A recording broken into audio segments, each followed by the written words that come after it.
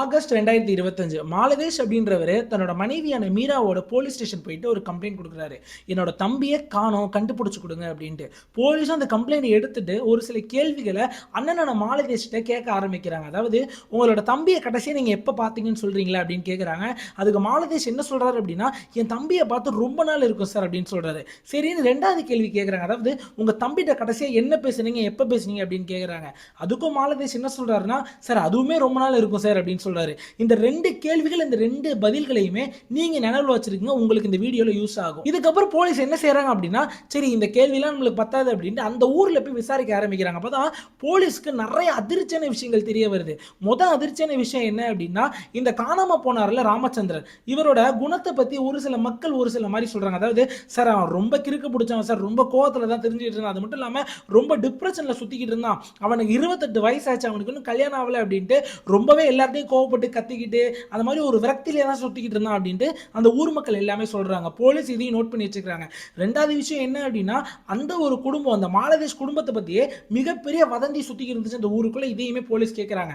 என்ன வதந்தி அப்படின்னா, மாலதேஷோட மனைவி மீராவுக்கும் மாலதேஷோட தம்பி ராமச்சந்திராவுக்கும் தவறான உறவு இருந்ததாகவும், இதனாலே குடும்பத்தில் ஆயிரக்கணக்கான பிரச்சனை வந்ததாகவும் ஒரு சில ஊர் மக்கள் போலீஸ்ட சொல்ல ஆரம்பிக்கிறாங்க. அதாவது, ஒரு சில பேர் இந்த மாதிரி சொல்றாங்க, ஒரு சில பேர் இதெல்லாம் இல்ல சார், இதெல்லாம் வதந்தி நம்பாதீங்க அப்படின்னு சொல்றாங்க. இதனால போலீஸ்க்கு எதை நம்புறது அப்படின்னே தெரியல. அதனால என்ன செய்யறாங்க அப்படின்னா, இது எல்லாமே நோட் பண்ணி வச்சுட்டு ராமச்சந்திராவை தேட ஆரம்பிக்கிறாங்க.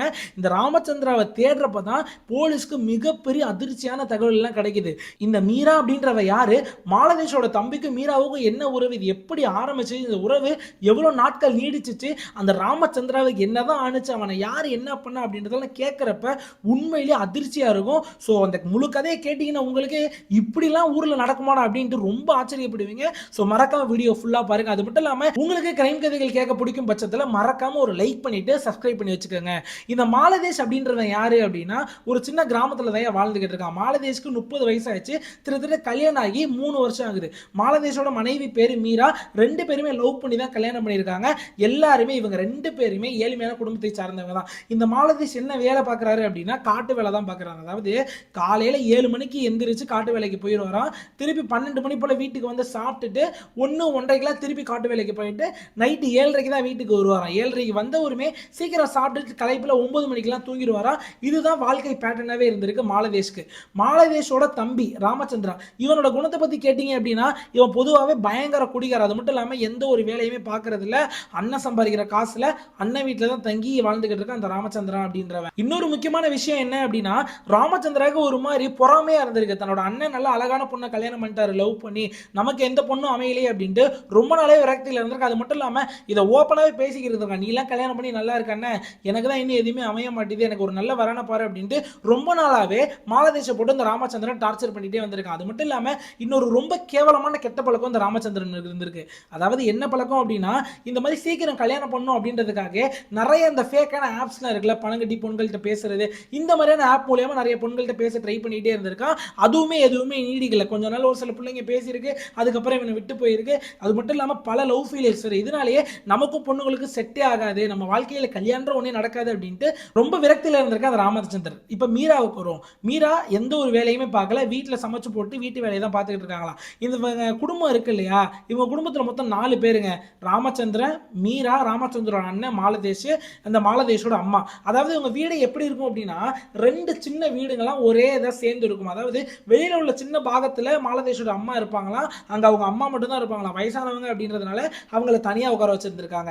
இந்த சைடு இன்னொரு சின்ன பார்ட் ஆஃப் இதுல 3 பேர் தங்கி இருக்காங்க, மாலதேஷ், ராமச்சந்திரன், மீரா. இதுதான் இவங்க வீட்டோட லே அவுட். இந்த ராமச்சந்திரன் அதிகமா சோஷியல் மீடியா யூஸ் பண்ணுவான்னு சொன்னேன்ல, அப்பயே வந்து இந்த மாலதேஷும் மாலதேஷோட மனைவியான மீராவுமே நிறைய அட்வைஸ் பண்ணுவாங்களா, தம்பி இதெல்லாம் காசு போட்டு ஏமாறாத, அது மட்டும் இல்லாம இந்த மாதிரியான காதல் எதுவுமே நிலைக்காது, உனக்குன்னு ஒருத்தி தேடி வருவா அப்படின்ட்டு ரொம்பவே அட்வைஸ் பண்ணியிருக்காங்க. அதாவது இந்த மீரா அப்படின்றவங்க ஒரு பாசத்துல, அதாவது புருஷனோட தம்பி அப்படின்ற ஒரு சின்ன பாசத்துல தான் இவ்வளவு அட்வைஸ்மே பண்ணிக்கிட்டு இருக்காங்க. இது நாளை படையில என்ன ஆகுது அப்படின்னா, ராமச்சந்திரனுக்கு ஒரு மாதிரி மீரா மேல ஒரு மாதிரி ஆசை வந்துருது. அதாவது நம்மளோட அண்ணி நமக்காக எவ்வளவு அட்வைஸ்லாம் பண்றாங்களே அப்படின்ட்டு அவங்களுக்கான சின்ன சின்ன வேலைகள் எல்லாமே பார்த்து கொடுத்துருக்காங்க. அது மட்டும் இல்லாம இந்த ராமச்சந்திரன் அப்படின்னு வீட்டுல தனியா தான் இருக்கா, மீராவும் தனியா தான் இருக்காங்க இல்லையா, இதனாலே நிறைய மனசு விட்டு பேசியிருக்கேன், இந்த மாதிரி எனக்கு யாருமே செட்டே ஆக மாட்டாங்க அண்ணி அப்படின்ட்டு. இவனோட அந்த பழைய காதல் கதைகள் எல்லாத்தையுமே சொல்லி அழுதுருக்கான், புலம்பிருக்கான். அப்ப இது எப்படி ஆரம்பிக்குது அப்படின்ட்டா, இந்த மீரா அப்படின்றவங்க எப்படி நீ பொண்ணுகளுக்கெல்லாம் பேசணும்னு ஃபர்ஸ்ட் கத்துக்க, பெண்களுக்கெல்லாம் எது பிடிக்கும்னு கத்துக்க, இருக்க, அந்த மாதிரி நீ மாறினா கண்டிப்பா உன்னையும் ஒரு பெண் வந்து காதலிப்பா, உனக்கு கல்யாணம் ஆகும் அப்படின்ட்டு அந்த மாதிரி சாதாரணமா இந்த விஷயம் எல்லாம் செய் தம்பி, இந்த விஷயம் எல்லாம் நீ பண்ணு தம்பி அப்படின்ட்டு சாதாரணமா பேச ஆரம்பிச்சிருக்காங்க இந்த ராமச்சந்திரன் அப்படின்றவனோட. இதே மாதிரியே தொடர்ச்சியா ரெண்டு பேருமே ஒரு ஃப்ரெண்டு மாதிரி பேசி இருந்திருக்காங்க. அப்போ வந்து மீராவுக்கும் ஒரு மாதிரி ஒரு தப்பான ஆசை வந்துருது ராமச்சந்திரன் மேல, ராமச்சந்திரனுக்கும் மீரா மேல வந்துருது. ஆனா ரெண்டு பேருமே அதை வெளி காட்டிக்காம ஒரு மாதிரி தெரியாத மாதிரியே ரெண்டு பேரும் பேச்சுல ஒரு மாதிரி பேசிக்கிட்டு இருக்காங்க. இது நாளடைவில் என்ன ஆகுது அப்படின்னா தவறான உறவாவே மாறிடுச்சு. ரெண்டு பேருமே பிசிக்கலா இருக்க ஆரம்பிக்கிறாங்க யாருக்கும் தெரியாம. ஏன்னா புருஷன் தான் வீட்டை விட்டு வெளியே போயிடறாரு, காலையில வேலைக்கு போயிடறாரு, நைட்டு 9 தான் வர்றாரு, இடையில 1 மணி நேரம் சாப்பிட தான் வராரு அப்படின்ட்டு மித்த நேரத்தெல்லாம் தனிமையில் இருக்க ஆரம்பிச்சிருக்காங்க. இது அந்த மாலதேஜுக்கு சுத்தமா தெரியவே இல்லை. தம்பின்னு நம்பி இருக்கான், மனைவி நம்பி இருக்கான், எதுவுமே அவனுக்கு இதெல்லாம் பத்தி யோசிக்கவே இல்லை. அவனுக்கு மாலதேஷ்க்கு ஒரே நினைவு மட்டும் தான், காலையில காட்டு வேலைக்கு போகணும், நல்லா சம்பாரிச்சுட்டு வரணும், நம்ம குடும்பம் நல்லபடியா 3 வேளை சாப்பிட்டா போதும் அப்படின்ற ஒரு சின்ன எண்ணத்துல சின்ன வாழ்க்கையை வாழ்ந்துகிட்டு இருக்கா. ஆனா அவளோட மனைவி மீரா கேவலமான செயலை இந்த வீட்டுல செஞ்சுக்கிட்டு இருக்கா. ஒரு நாள் என்ன நடக்குது அப்படின்னா, எப்பயுமே இந்த மாலதேஷ் 12 மணிக்கு தானே சாப்பிட வருவான். அன்னைக்குன்னு பார்த்து ஒரு 11:15 வீட்டுக்கு வர ஆரம்பிக்கிறான். ஏன்னா அவனுக்கு ஒரு மாதிரி தலைவலியா இருந்ததுனால சரி இன்னைக்கு சீக்கிரம் வீட்டுக்கு போயிடலாமே அப்படின்ட்டு வேலையெல்லாம் சீக்கிரம் முடிச்சுட்டு வீட்டுக்கு போக ஆரம்பிக்கிறான். அப்ப வீட்டுக்கு போறப்ப கதவு வெளியில பூட்டி இருக்கு. என்னடா இது அதிசயமா இருக்கு, என்னைக்குமே நம்ம வீட்டுல கதவே பூட்டி இருக்காது அப்படின்ட்டு 4 தட்டு தட்டிக்கிட்டே இருக்கான். அதுக்கப்புறம் லேட்டா வந்து அதாவது ஒரு 2-3 நிமிஷம் கழிச்சு மீரா வந்து கதவை திறக்கிறாங்க. மாலதேஷ் கதவை திறந்து என்னடி கதவை பூட்டி வச்சிருக்க அப்படின்ட்டு உள்ள போறாரு. உள்ள போறப்ப என்னென்ன விஷயங்களை பாக்குறாரு அப்படின்னா, ஒரு மாதிரி துணி எல்லாமே கலந்து கடந்திருக்கு பெட்ல. ரெண்டாவது விஷயம் என்ன அப்படின்னா, இவரோட தம்பியான ராமச்சந்திரன் கீழே தூங்கிட்டு இருந்திருக்கான். அவன் எப்பயுமே பெட்ல தான் தூங்குவானா, அன்னைக்கு பார்த்து தரையில தூங்கிட்டு இருந்திருக்கு. அது மட்டும் இல்லாம தரையில எதுவுமே விரிக்காம சும்மா ஒரு தலைவனை மட்டும் போட்டு தூங்கிட்டு இருந்திருக்கான். இதெல்லாம் பார்த்துட்டு என்ன ஆச்சு, ஏன் கதவை பூட்டி வச்சிருக்க அப்படின்னு மீராட்ட கேட்கிறாரு. அதுக்கு மீரா என்ன சொல்றாங்க அப்படின்னா, நான் பூட்டு இல்லைங்க, உங்க தம்பி தான் பூட்டி வச்சிருந்தாரு, எனக்கு தெரியல, நான் அடுப்படியில் வேலை பார்த்துட்டு இருந்தேன் அப்படின்ற மாதிரி சொல்றாங்க. சரின்ட்டு தம்பி எழுப்பி கூப்பிடுறான். என்னடா ஆச்சு, எதுக்கடா கதவை பூட்டி வச்சிருக்க அப்படின்ட்டு எழுப்பி ராமச்சந்திரன் கேட்கிறப்ப ராமச்சந்திரன் என்ன சொல்றான் அப்படின்னா, ஆமாண்ணே எனக்கும் காலையில இருந்து தலைவலி, நேற்று சாப்பிட்டது எதுவும் ஒத்துக்குச்சா என்னன்னு எனக்கு தெரியல, பக்கத்தில் உள்ள சின்ன பசங்க எல்லாம் வீட்டுக்குள்ள வந்து விளையாண்டுட்டே இருக்கானுங்க, கடுப்பா வருது, அதான் டிஸ்டர்ப் பண்ணிட்டே இருக்கானுங்க, தூங்க விடாம இருக்கானுங்க அப்படின்றதுனால கதவை பூட்டி வச்சிருந்தானே அப்படின்னு சொல்றான். சரி இதையும் பெருசா எடுத்துக்கலாம் மாலதேஷ், சரி சரி உடம்பு பார்த்துக்க அப்படின்ட்டு அன்னைக்கு சாப்பிட்டு மாலதேஷ் அங்கேயே ரெஸ்ட் எடுத்துட்டு போயிடுறான். இப்பதான் என்ன நடக்குது அப்படின்னா, இந்த மீராவும் ராமச்சந்திரன் ஒரு பிளான் போடுறாங்க. அதாவது இனிமேல் நம்ம வீட்டுல எல்லாம் ஒன்னா இருக்க வேணாம், இது என்னைக்கா இருந்தாலும் நம்ம அந்த தவறான உறவுல இருக்கத என்னோட அண்ணன் பார்த்துட்டான் அப்படின்னா ரொம்ப மனசு கஷ்டப்பட்டுரும். அது மட்டும் இல்லாம தம்பி நான் அவ்வளவு நல்லா பாத்துக்கிறான், நமக்கு அப்பா இல்லைனாலும் என்னோட அண்ணன் நல்லா பாத்துக்கிறான், ஆனா இந்த ஒரு விஷயத்தை எங்க அண்ணனுக்கு தெரிய வந்துட்டு ரொம்ப கஷ்டப்படுவோம் அப்படின்னு ராமச்சந்திரன் என்ன சொல்றான் அப்படின்னா, மீராட்ட இனிமேல் நம்ம வீட்டுல ஒன்னா இருக்க வேணாம் அப்படின்ற மாதிரி சொல்றான். அது மட்டும் இல்லாம என்ன நடக்குது அப்படின்னா, ஒரு 2-3 மாசம் இது எல்லாத்தையும் ஸ்டாப் பண்றானுங்க. 2-3 மாசம் நல்ல மனைவியா இருக்கா மீரா, நல்ல தம்பியா இருக்க ராமச்சந்திரன். ஆனா அதுக்கப்புறம் திரும்பி ஆரம்பிச்சிட்டாங்க.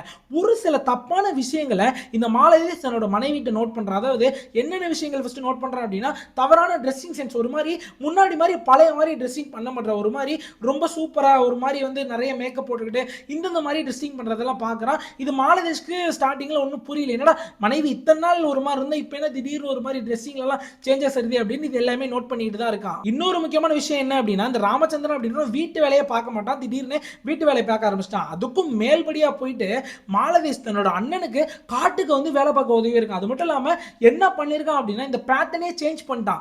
எப்பயுமே மாலதேஷ் மதிய சாப்பாடு வீட்டில் வந்தானா சாப்பிடுவாரு, அதையே சேஞ்ச் பண்ணிட்டான். எப்படி சேஞ்ச் பண்றான் அப்படின்னா, ராமச்சந்திரன் காலையில் 7 மணிக்கே மாலதேஷோட கிளம்பி காட்டுக்கு போயிடுறான். மாலதேஷோட வேலையெல்லாம் பார்த்துக்கிட்டு, அண்ணன் நான் போய் சாப்பாடு எடுத்துட்டு வரேன், நமக்கு நம்ம இங்கேயே கொஞ்சம் சாப்பிடுவோம், நம்ம வேலையை சீக்கிரம் முடிச்ச மாதிரி இருக்குமே அப்படின்ட்டு பேசிட்டு மாலதேஷ் ஆமா அதுவும் கரெக்டாக தான் இருக்கும், நீ வீட்டில் போய் சாப்பாடு எடுத்து வந்துரு அப்படின்ட்டு மாலதேஷ் அமுச்சு வைக்கிறாரு. இவனும் என்ன பண்றான், ராமச்சந்திரன் தம்பி வீட்டுக்கு போயிட்டு சாப்பாடு எடுக்கிற கேப்ல அந்த பொண்ணோட தப்பான உறவுல இருந்திருக்கான், அதாவது சொந்த அண்ணியோடைய தப்பான உறவுலாம் இருந்துட்டு வந்திருக்கான். இதுவுமே சுத்தமா தெரியவே இல்லை யாருக்கு, மாலதேஷ்க்கு. இந்த மாதிரியான கேவலமான செயல்கள் பல வாரங்கள் நீடிக்குது. இப்பதான் இன்னொரு முக்கியமான விஷயத்தை மாலதேஷ் நோட் பண்றான். அதாவது இவனுக்கு சாப்பாடு கொண்டு வரப்ப எல்லாமே ஒரு காலத்தை இவனோட மனைவி இவனுக்கு பிடிச்சதா வந்து சாப்பாடு செஞ்சு கொடுத்துட்டு இருப்பாங்க இல்லையா, இப்போ ஒரு 2-3 நாளாவே அந்த தம்பிக்காரனுக்கு பிடிச்ச சாப்பாடா வந்துகிட்டு இருந்திருக்கு. இதெல்லாம் பார்த்துட்டு ஒரு மாதிரி டவுட்டா இருக்கு, என்னடா அவ எப்பயுமே நமக்கு பிடிச்சதுதான் செய்வா, இப்போ என்ன தம்பிக்காரனுக்கு பிடிச்ச செஞ்சுட்டு இருக்கா அப்படின்னு டவுட் வந்திருக்கு. அது மட்டும் இல்லாம ஒரு சில ஊர் மக்கள், அங்க உள்ள ஊர் மக்கள் எல்லாமே மாலதேஷ்ட ஒரு மாதிரியான விஷயங்கள் பேச ஆரம்பிச்சிட்டாங்க. இந்த மாதிரி உன் தம்பி வீட்டுக்குள்ள வரப்பல கதவை சாத்துறப்பல என்ன நடக்குது, இந்த மாதிரியான ஒரு சில கேவலமான வதந்திகள் எல்லாமே மாலதேஷ் காதுல வாங்குறான். இதெல்லாம் கேட்டுட்டு ஊர் நாய்ங்க இப்படிதான் பேசுவானுங்க, நமக்கு தான் தெரியும் நம்ம குடும்பத்தை பத்தி அப்படின்னு இதை பெருசா கண்டுக்கவே இல்லை. ஒரு நாள் என்ன நடக்குது அப்படின்னா, சாப்பாடு வரத்துக்கு லேட் ஆயிட்டே இருக்கு.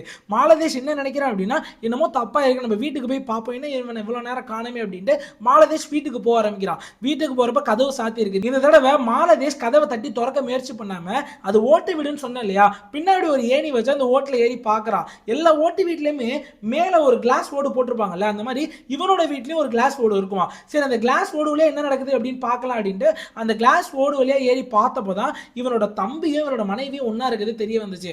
அங்கேயே அதிர்ச்சி ஆயிடுறான். அதுக்கப்புறம் கதவை தட்டி உள்ள போறான். உள்ள போனவன் அடிக்கலைங்க, திட்டலைங்க, கெட்ட வார்த்தை பேசலைங்க, எதுவுமே செய்யல. அழுவ ஆரம்பிச்சிட்டான். ஏன்டா உன்னை தம்பின்னு நினைச்சது என்னடா, உன்னை நம்பி தானடா எங்க வீட்டில் வச்சிருக்கேன். அது மட்டும் இல்லாம நீ என்னாடி உன்னை நல்லா தானடி பார்த்துக்கிட்ட, உனக்கு என்ன குறை வச்சா, ஏன் இப்படி இருக்கீங்க அப்படின்ட்டு ரொம்ப ரெண்டு பேர்ட்டையும் அவ்வளோ கெஞ்சி கதற ஆரம்பிக்கலாம். திட்டலாம் அடிக்கல, கெஞ்சி கதறான். தயவு செஞ்சு இது இப்போட நிப்பாட்டிக்கங்க. நான் இனிமேல் நான் தான் மிகப்பெரிய தப்பு செஞ்சுட்டேன் உங்க ரெண்டு பேரையும் நம்பி. தயவு செஞ்சு இது ஊர் மக்கள் வெளியில தெரிய வேணாம், நம்மளோட குடும்ப மானமே போயிடும். அது மட்டும் இல்லாம இனிமேல் இந்த மாதிரி தயவு செஞ்சு பண்ணாதீங்க அப்படின்ட்டு நார்மலா திட்டாம அடிக்காம தன்னோட சோகத்தை மட்டுமே காட்டி அவங்க ரெண்டு பேரையும் திருத்திடலாம் அப்படின்னு முயற்சி பண்றான் மாலதேஷ். உடனே மீராவும் மாலதேஷ் காலில் விழுந்து கதற ஆரம்பிக்கிறான். இனிமேல் நான் தப்பு பண்ணிட்டேன், ரொம்ப தப்பு பண்ணிட்டேன், இனிமேல் நான் செய்ய மாட்டேங்க அப்படின்னு ரொம்ப கதற ஆரம்பிக்கிறான். அது மட்டும் இல்லாம தம்பியான ராமச்சந்திரனும் அழுதுட்டு, அண்ணன் நான் இனிமேல் உனக்கு துரோகம் பண்ண மாட்டேன், இத்தனை நாள் நான் பண்ணிட்டேன், எனக்கு ரொம்ப மன்னிச்சிரு, எனக்கு இத்தனை நாள் கல்யாணம் ஆகாதமா இருந்த அந்த விரக்தியில நான் செஞ்சுட்டேன், நான் உங்களை விட்டு போயிடுறேன் அப்படின்னு ராமச்சந்திரன் அந்த வீட்டை விட்டு வெளியே போக ஆரம்பிச்சிட்டான். வெளியில போய் தங்கிக்கிறேன் அப்படின்ட்டு ராமச்சந்திரோட நண்பர்கள் வீட்டுக்கு போயிட்டான். ஸோ அதுக்கப்புறம் 2-3 மாசம் நல்லா தாங்க இருந்துச்சு. என்ன நடக்குது அப்படின்னா மாலதேஷ் திரும்பி அவனோட காட்டு வேலையில ஃபோக்கஸ் செலுத்திட்டான். வீட்டை பத்தி நினைக்கிறதே மறந்துட்டான். அப்பயுமே இந்த மீராவும் இந்த ராமச்சந்திரும் போன்ல கான்டாக்ட்ல இருந்திருக்கானுங்க. அந்த 4 மாசத்துல இதுவுமே மாலதேஷுக்கு சுத்தமா தெரியல. அதுக்கப்புறமும் திரும்பி தனிமையில இருக்க ஆரம்பிக்கிறானுங்க. இது எல்லாமே ஒரு நாள் என்ன நடக்குது அப்படின்னா மாலதேஷுக்கு தெரிய வருது. இந்த மாதிரி இவ்வளவு பிரச்சனை நடந்தும் இப்பயும் அவனுங்க ரெண்டு பேருமே தப்பான உறவுல இருக்காங்க, இவனோட தம்பியும் இவனோட மனைவியும் தப்பான உறவுல இருக்காங்க அப்படின்றது தெரிய வந்தனே ரொம்ப அதிர்ச்சி ஆகிறான். இப்பதான் ஒரு பெரிய முடிவு எடுக்கிறான். அதாவது ஆகஸ்ட் மாசம் இவனை தீர்த்து கட்டியே ஆகணும் அப்படின்னு முடிவு எடுக்கிறான். இவனோட தம்பியான ராமச்சந்திராவுக்கு போன் பண்றான். இந்த மாதிரி போன் பண்ணிட்டு, டே எனக்கு தெரிஞ்ச ஒரு பூசாரி இருக்காரு, அவர் ஏதோ ஒரு பூஜை செய்வாரா, அது மட்டும் இல்லாம ஒரு பூஜை செஞ்சு கிட்டத்தட்ட 40 பேருக்கு மேல நம்ம ஊர்ல கல்யாணம் ஆயிடுச்சு, ஒரு பூஜை செஞ்சு 20 நாள்ல கூட கல்யாணம் வரலாம் வந்திருக்கு, அதனால தயவு செஞ்சு நீ நம்ம ஊருக்கு வா, நம்ம வீட்டுல சாப்பிட்டுட்டு நம்ம பூஜையை பண்ணிட்டோம்னா உனக்கு சீக்கிரம் கல்யாணம் அப்படின்னு ஒரு மாதிரி ஆசை காட்டுறான் ராமச்சந்திரன் தன்னோட தம்பிட்ட. ராமச்சந்திரன் நம்பிட்டு சரி நம்ம அண்ணன் நமக்காக இவ்வளவு பண்றாரே அப்படின்ட்டு நம்பி வீட்டுக்கு வரான். வீட்டுல கரிசோறுலாம் சாப்பிட்டுட்டு இவங்களோட தோப்புக்கே போறாங்க. அங்கதான்டா பூஜை பண்ணணும், அங்கதானே நம்மளோட குலதெய்வம் இருக்கு அப்படின்ட்டு அந்த தோப்புக்கே போக ஆரம்பிக்கிறாங்க. தோப்புக்கு போறப்ப என்ன நடக்குது அப்படின்னா ராமச்சந்திரனுக்கு தப்பான உணர்வு ஒன்று ஏற்படுது, ஏதோ தப்பா நடக்க போற மாதிரி ஃபீல் ஆகுது அப்படின்ட்டு. அப்ப ராமச்சந்திரன் என்ன யோசிக்கிறான் அப்படின்னா, நம்ம இவ்வளவு கேவலமான தப்பை செஞ்சுமே நம்மளோட அண்ணன் நம்மளை மன்னிச்சுட்டாரு, நம்ம அண்ணன் நம்பி போறதுல என்ன தப்பு இருக்கு அப்படின்னு அண்ணனை திருப்பி 2வது தடவை நம்பி இவனுக்கு அந்த பேட் எனர்ஜி எல்லாம் மறந்துட்டு சரி நமக்காக அண்ணன் பூஜை செய்வார் அப்படின்னு அண்ணன் கூட போக ஆரம்பிக்கிறான். அதாவது இந்த நாள் அப்படியே விட்டுருங்க. இப்ப 2 பேரும் பைக்ல போயிட்டு இருக்காங்க. இதுக்கு முத நாள் நைட் என்ன நடக்குது அப்படின்னு சொல்றேன். இந்த சொன்ன இல்லையா தீர்த்துக்கிட்ட முடிவு பண்ணிட்டான் மாலதேஷ் அப்படின்ட்டு, இதுக்கு ஒரு பயங்கரமான ஒரு பிளான் போடுறாங்க. என்ன பிளான் அப்படின்னா இவனோட கொள்ளையில ஒரு சின்ன யாகம் செட்டப் மாதிரி பண்றான். அதுக்கான பூஜை பொருட்கள் எல்லாம் வாங்கி வைக்கிறான். வாங்கி வச்சது மட்டும் இல்லாம அன்னைக்கு நைட்டு ஃபுல்லா அவருக்கு ஒரே ஆளா திட்டத்தட்ட 10 அடிக்கு குழி நோண்டி இருக்காங்க. அந்த ஒரு நம்ம இவனை கொலை பண்ணிட்டு அந்த குழியில தான் இவனை புதைக்கணும் அப்படின்ட்டு 10 அடிக்கு மேல ஒரு மிகப்பெரிய குழியை நோண்டுறான். குழியை நோண்டிட்டு ஒத்தாலாம் நோண்டி இருக்கான். விடிய நோண்டி வச்சுட்டு பர்ஃபெக்டா அதுக்கு மேல செத்தையெல்லாம் போட்டு மறைச்சு வச்சுட்டு வீட்டுக்கு வந்துடுறான். வீட்டுக்கு வந்துட்டு இப்ப 2 பேரும் பைக்ல போயிட்டு இருக்காங்க. போனோடனே ராமச்சந்திரன் கேட்கிறான், ஆனா என்னென்ன பூசாரி எல்லாம் இருப்பாருன்னா யாருமே இல்லையே அப்படின்ட்டு. அவர் ஒருவரோட பக்கத்துல சரக்கு போட போயிருக்காரு, நீ உட்காரு, இந்த மாதிரி யாகெல்லாம் வளர்த்து உனக்காக தான் வளர்த்து இருக்கு, நீ ஜஸ்ட் உட்கார்ந்து எந்திரிச்சா போதும், முடிஞ்சிரும் நம்மளோட அந்த அந்த சம்பிரதாய சடங்கு எல்லாம் அப்படின்னு சொல்றாங்க. சரின்னு அவனும் உட்கார்ந்து இருக்கான். சம்பிரதாய சடங்கு எல்லாம் முடியுது. முடிஞ்சப்பறம் சரிவா சரக்கு அடிக்கலாம் அப்படின்ட்டு 2 பேரும் சரக்கு அடிக்க ஆரம்பிக்கிறாங்க. அப்பயும் ராமச்சந்திரன் கேட்கறாங்க, என்னன்னா பூசாரியே வரல அப்படின்ட்டு. வருவாரா அப்படின்னு சொல்லிட்டு 2 பேரும் சரக்கு அடிக்க ஆரம்பிக்கிறாங்க. தம்பி காரணம் அண்ணன் காரணம். இந்த மாலதேஷ் என்ன செய்யறான் அப்படின்னா இந்த சரக்கு கொடுக்குறான், அந்த சரக்குலையும் மயக்க மாத்திரைகளை நிறைய கலந்து சரக்கு கொடுத்துடுறான். இது எல்லாமே ராமச்சந்திரன் குடிக்கிறான். குடிச்ச உடனே ராமச்சந்திரன் மயக்கத்துக்கு போயிடுறான். அதுவும் முழுமையான மயக்கத்துக்கு போல ஒரு மாதிரி நார்மலா ஒரு போதையில இருக்க மாதிரியே மயக்கத்துக்கு போயிடுறான். அது மட்டும் இல்லாம இவன் மயக்கத்துக்கு போன அப்புறம் என்ன செய்யறான் மாலதேஷ் அப்படின்னா அங்க உள்ள செத்த நாரை எல்லாத்தையும் எடுத்து இவனோட கை காலை 2யுமே கட்ட ஆரம்பிக்கிறான். கட்டிக்கிட்டு இருக்க போய் ராமச்சந்திரன் அண்ணா என்னென்ன பண்ற அப்படின்ட்டு ரொம்ப கதறி இருக்கான். இவனுக்கு ஏதோ தப்பா தெரிஞ்சு போச்சு. ஏன்னா இவன் வரும்போதே தப்பா தோணி இருக்கு, ஏதோ நமக்கு நடக்க போகுது அப்படின்ட்டு. அதையே மீறி நம்ம தான் எவ்வளவு கேவலம் செஞ்சே நம்ம அண்ணன் மன்னிச்சானே அப்படின்ற ஒரு திணறல தான் இவன் வந்தான். இப்ப இப்படி நடந்தவனே இவனுக்கே பயம் வந்துருச்சு, என்னமோ நடக்க போகுது அப்படின்னு தெரிஞ்சிருச்சு. அண்ணா என்னை விட்டுருனே, என்னை மன்னிச்சிருந்தேன், இனிமேல் வரமாட்டேன்னு அப்படின்னு கதறிக்கிட்டே இருந்திருக்கான் அந்த மயக்கத்துல. இருந்தாலும் கையை எல்லாமே கட்டிட்டு கழுத்தை பிடிச்சி நெருக்க ஆரம்பிக்கிறான் மாலதேஷ். ராமச்சந்திரன் சம்பவ இடத்துல இறந்துடுறான். ராமச்சந்திரன் இறந்தோடனே ராமச்சந்திரனோட மொபைலோடய அப்படியே அந்த குழிகளை போட்டு மண்ணெல்லாம் போட்டு ஃபுல்லா மூடிட்டு அந்த இடத்துல பூஜை நடந்ததுக்கான எந்த ஒரு அறிகுறியுமே இல்லாத மாதிரி ஃபுல்லா கிளீன் பண்ணிட்டு வீட்டுக்கு போயிடுறாங்க. இந்த கொலை பண்ணிட்டு திருத்திட்டு 2 நாள்ல போலீஸ்ல போய் கம்ப்ளைண்ட் கொடுக்குறான் தன்னோட மனைவியோட, இந்த மாதிரி என்னோட தம்பியை காணோம் அப்படின்ட்டு.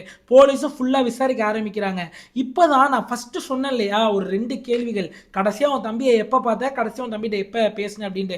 அது 2த்துக்குமே இந்த மாலதேஷ் என்ன சொல்லியிருப்பான், ரொம்ப நாளா ஆச்சுங்கய்யா அப்படின்னு தானே சொல்லியிருப்பான். இப்போ என்ன செய்யறாங்க அப்படின்னா போலீஸ் நிறைய செக் பண்ணிட்டே இருக்காங்க. போலீஸ்க்கு நிறைய வதந்திகள் மட்டும் தான் கிடைச்சே தவிர எந்த ஒரு ப்ராப்பரான எவிடன்ஸுமே கிடையாது. சரின்னு டிஜிட்டல் எவிடன்ஸ் எதனா செக் பண்ணலாம் அப்படின்ட்டு அவனோட ராமச்சந்திரனோட ஃபோன் கால் ஹிஸ்ட்ரி எல்லாத்தையும் செக் பண்றாங்க. அப்பதான் தெரிய வருது இவன் கம்ப்ளைண்ட் கொடுத்ததுக்கு 2 நாள் முன்னாடி தான் 2 பேரும் ரொம்ப நேரம் தெரிஞ்சுட்டு 47 நிமிஷம் போன்ல பேசியிருக்காங்க அப்படின்ட்டு. யாரு? மாலதேஷும் ராமச்சந்திரனும். போலீஸ் யோசிக்கிறாங்க, ஏண்டா உங்ககிட்ட கடைசியா நான் எப்ப பேசுறேன்னு கேட்டப்ப அதெல்லாம் ரொம்ப நாள் இருக்கு சார் சொல்லிட்டு 2 நாள் முன்னாடி தான் பேசியிருக்க அப்படின்ற மாதிரி போலீஸ் யோசிக்கிறாங்க. இன்னொன்னு போலீஸ் யோசிக்கிறாங்க, சரி மறந்துருப்பான் போன்ல பேசினது தானே அப்படின்னு யோசிக்கிறாங்க. இப்பதான் இங்க ஒரு ட்விஸ்ட். அதான் சொன்னேன் இல்லையா 47 நிமிஷம் பேசியிருக்கான். ஒருத்தண்ட 47 நிமிஷம் பேசினா எப்படிங்க மறக்கும்? இது எல்லாத்துக்கும் போலீஸ்க்கு மிகப்பெரிய டவுட் வந்துருச்சு. என்ன செய்யறாங்க அப்படின்னா கிறுக்குப்பிடி விசாரணை ஆரம்பிக்கிறாங்க, லத்தி விசாரணை ஆரம்பிக்கிறாங்க. யாருக்கிட்ட? மாலதேஷ்டையும் மீராட்டையும். அப்ப முழு விவரத்தையும் மாலதேஷ் சொல்லிடுறான். ஆமாங்க ஐயா நான் இந்த மாதிரி செஞ்சேன், இவன் இந்த மாதிரி என் பொண்டாட்டி கூட இருந்தான், நான் இதனால தாங்க ஐயா செஞ்சேன் அப்படின்ட்டு முழு விஷயத்தையும் ஒத்துக்கிறான். போலீஸ் என்ன செய்யறாங்க அப்படின்னா அதுக்கப்புறம் மாலதேஷை அரெஸ்ட் பண்ணிட்டாங்க. கண்டிப்பா மாலதேஷ்க்கு ஒன்னு ஆயுள் தண்டனை கிடைக்கும், இல்ல வந்து ஒரு 10 வருஷமோ 12 வருஷமோ கண்டிப்பா கிடைக்க போகுது. ஆனா இந்த மீராவை ஒரு குற்றவாளியா கூட இந்த கேஸ்ல சேர்க்கல அப்படின்றத ஒரு ஆச்சரியமான விஷயம். இந்த ஒரு கேஸ்ல மட்டும் இல்லைங்க, நீங்க எந்த கேஸ் வேணாலும் எடுத்து பாருங்களேன். நான் சொன்ன பேட்டர்ல எதனா வந்து ஒரு கொலைகளோ ஒரு மர்டரோ நடந்துருச்சு அப்படின்னா அந்த ஒரு கேஸ் இந்த பெண்கள் மீதுல எஃப்ஐஆரும் இருக்காது, ஒரு குற்றவாளியாவே சேர்த்திருக்கவே மாட்டாங்க. அதெல்லாம் மாறணும் அப்படின்றத நம்மளோட கருத்து. கண்டிப்பா உங்களோட கருத்தா இருந்தா கமெண்ட்ல சொல்லிட்டு போயிருங்க. இது எந்த வகையில நியாயமா இருக்கும்? இவன் கொலை பண்ணவன் குற்றவாளி அப்படின்னா அவ பண்ணதும் தப்பு தான், அவளும் குற்றவாளி தான். நான் இவனை நியாயப்படுத்தவே கிடையாது. எந்த ஒரு பிரச்சனைக்குமே நம்ம போற எல்லா வீடியோலையும் சொல்லுவோம் கொலையோ கிரைமோ ஒரு சொல்யூஷனே கிடையாது. உட்கார்ந்து பேச ட்ரை பண்ணும். இல்லையா இந்த மாதிரி பிடிக்கலையா, வாழ பிடிக்கலையா, லீகலா டிவோர்ஸ் கொடுத்துட்டு நிம்மதியா போய் வாழ கத்துக்கணும். நான் சொல்றது கரெக்ட்னா மட்டும் இந்த வீடியோக்கு லைக் பண்ணிட்டு இந்த மாதிரி நிறைய கிரைம் கதைகள் நாங்க போடுவோம், அதை எல்லாமே கிளிக் பண்ணி பாருங்க. ஸோ உங்கள்ட்ட தாழ்மையா ஒன்று கேட்டுக்கிறது தான், உங்களுக்காக ரொம்ப நேரம் உட்காந்து எடிட் பண்ணி இந்த மாதிரி வீடியோக்கள் போடுறதுனால ஒரே ஒரு லைக் மட்டும் கொடுத்துக்கோங்க. அது மட்டும் இல்லாம எதா இருந்தாலும் சொல்லுங்க, வீடியோ பிடிக்கல, நல்லா இல்லை, நீ இந்த மாதிரி நல்லா பேச ட்ரை பண்ணு, இல்ல நல்லா இருந்துச்சுன்னா சூப்பரா பேசுற, நல்ல நரேஷன் அப்படின்ட்டு நீங்க ஒரு கமெண்ட் பண்ணீங்கன்னா எங்களுக்கு ஒரு பூஸ்டப்பா இருக்கும், எங்களுக்கு ஒரு மோட்டிவேஷனா இருக்கும். அதனால மறக்காம சப்ஸ்கிரைப் பண்ணிட்டு இந்த மாதிரி கமெண்ட்லாம் பண்ணிட்டு போயிட்டு வாங்க. நல்லா இருங்க, நல்லதே பண்ணுங்க, நல்லதே நடக்கும். முக்கியமான விஷயம், எந்த ஒரு பிரச்சனைக்கும் கிரைம் சொல்யூஷன் கிடையாது, பேசினாலே தீந்துரும். உட்கார்ந்து பேசுங்க. முக்கியமான விஷயம் இன்னொன்று என்ன, நான் இவ்வளோ நேரம் பார்த்தீங்க அப்படின்னா ஹைப்னு ஒரு விஷயம் இருக்கு இல்லையா, அந்த லைக்கு கீழே நீங்கள் லைக் பண்ணீங்கன்னா கீழே ஹைப்னு வரும். அந்த ஹைப் கொடுத்து எங்களுக்கு நிறைய ஹைப் பாயிண்ட்ஸ் கொடுப்பீங்க அப்படின்னு நம்புறேன். Until then bye bye. SP stories. வணக்கம்.